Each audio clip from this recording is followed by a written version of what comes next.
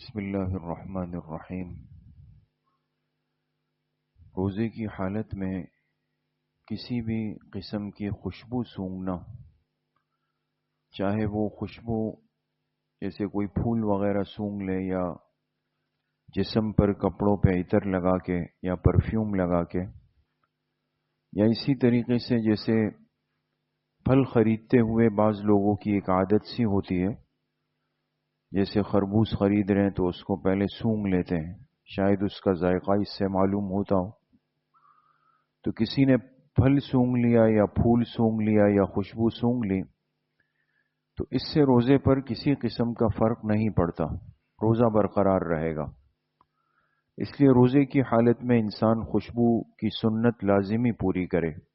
عطر وغیرہ لگائے مرد حضرات۔ دوسرا مسئلہ یہ ہے کہ روزے کی حالت میں بعض دفعہ منہ میں بہت زیادہ لعاب یعنی تھوک بنتا ہے، معدے کے خالی ہونے کی وجہ سے یا کسی اور سبب سے۔ تو اگر بہت زیادہ لعاب بنے، تھوک بنے اور انسان اس کو واپس نیچے اتار دے تو اس سے بھی روزے پر کوئی فرق نہیں پڑے گا۔ البتہ فقہا نے یہ لکھا ہے کہ انسان ارادتاً یعنی جان بوجھ کر ایسا نہ کرے کہ تھوک جمع کر لے اور پھر اتار لے کہ حلق تھوڑا وہ ہو جائے، لیکن روزہ اس سے بھی نہیں ٹوٹے گا، لیکن اس میں احتیاط کرنی چاہیے۔ یا اسی طرح جیسے بعض دفعہ بلغم بہت زیادہ آتا ہے، تو اگر آیا اور ظاہر سی بات ہے بلغم آئے تو انسان منہ صاف کر لیتا ہے، اس کو گرا دیتا ہے، لیکن بجائے گرانے کے اگر واپس اتار دیا تو اس سے بھی روزے پر کوئی فرق نہیں پڑے گا۔ روزے کی حالت میں کسی بھی چیز کا دھواں لینا یہ اہم مسئلہ ہے۔ تھوڑا سا دھواں سمجھتے ہیں نا، کسی بھی چیز کا دھواں ہو، جیسے گاڑی سے دھواں نکلتا ہے یا ٹریفک جیم ہو جائے تو بہت گاڑیوں کا جو دھواں ہوتا ہے وہ مل کر آ رہا ہوتا ہے، یا کوئی ہانڈی پک رہی ہو اس سے دھواں نکلتا ہے۔ تو اگر روزہ دار کے منہ میں حلق میں دھواں خود بخود چلا جائے، جب ٹریفک کا اتنا رش تھا کہ ہر طرف دھواں ہی دھواں ہے تو کوئی حل ہی نہیں ہے، تو ناک منہ کے راستے سے دھواں اتر گیا، تو اگر خود بخود دھواں چلا جائے، انسان کا کوئی ارادہ اور اختیار نہ ہو، تو اس سے بھی روزے پر کوئی فرق نہیں پڑے گا۔ لیکن اگر روزہ دار جان بوجھ کر ارادتاً یا کسی مقصد کے لیے کسی چیز کا دھواں حلق سے یا ناک سے نیچے اتار لے ارادتاً، تو یاد رکھیں اس سے روزہ فاسد ہو جائے گا، اس کی قضا کرنی پڑے گی۔ تو اسی سے یہ مسئلہ بھی سامنے آ جائے گا سے بعض دفعہ انسان نزلے زکام فلو کے اندر سٹیم لیتا ہے، بھاپ لیتا ہے تاکہ حلق گلا صاف ہو جائے، دماغ صاف ہو جائے۔ تو اب سٹیم لینا یہ تو بالکل ایک ارادتاً کام ہے نا، کہ اپنی مرضی سے میں کر رہا ہوں۔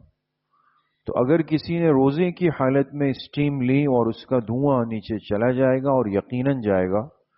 تو یاد رکھیں اس سے بھی روزہ ٹوٹ جائے گا، بعد میں اس کی قضا کرنی پڑے گی۔ تو یہ احتیاط روزے کی حالت میں کرنی چاہیے۔ اسی طریقے سے ایک دوائی ہوتی ہے انہیلر کی شکل میں، سانس وغیرہ کی تکلیف جن کو ہو، دمہ ہو، تو ان کو ایک چھوٹی سی ایک مشین ہوتی ہے انہیلر مشین، جس کو پمپ کرتے ہیں تو سانس میں تھوڑی راحت ہو جاتی ہے۔ تو یہ سانس کے مریض یا دمے کے مریض اگر انہیلر استعمال کریں گے تو اس سے بھی روزہ ٹوٹ جائے گا اور بعد میں پھر اس کی قضا کرنی پڑے گی، اس لیے کہ انہیلر مشین کے اندر ایک دوائی ہوتی ہے اور اس دوائی کا اثر انسان کے حلق میں جاتا ہے، اسی وجہ سے جسم کو تھوڑا راحت ہو جاتی ہے۔ تو انہیلر کا استعمال کرنا یا کسی بھی ایسی دوائی کا استعمال کرنا کہ جس کی دوائی کا اثر یا دھوئیں کا اثر منہ یا ناک کے ذریعے سے چلا جائے، تو اس سے بھی روزہ فاسد ہو جائے گا، بعد میں قضا کرنی پڑے گی۔ اللہ پاک صحیح عمل کی توفیق نصیب۔ الحمدللہ رب العالمین۔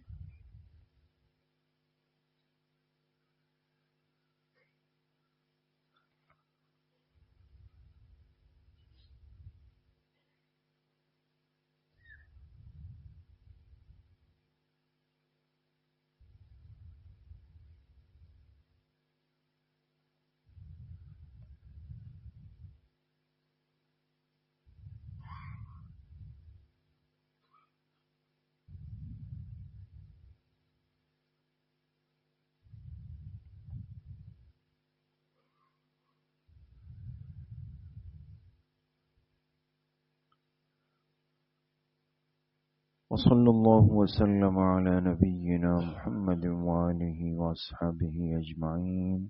برحمتک.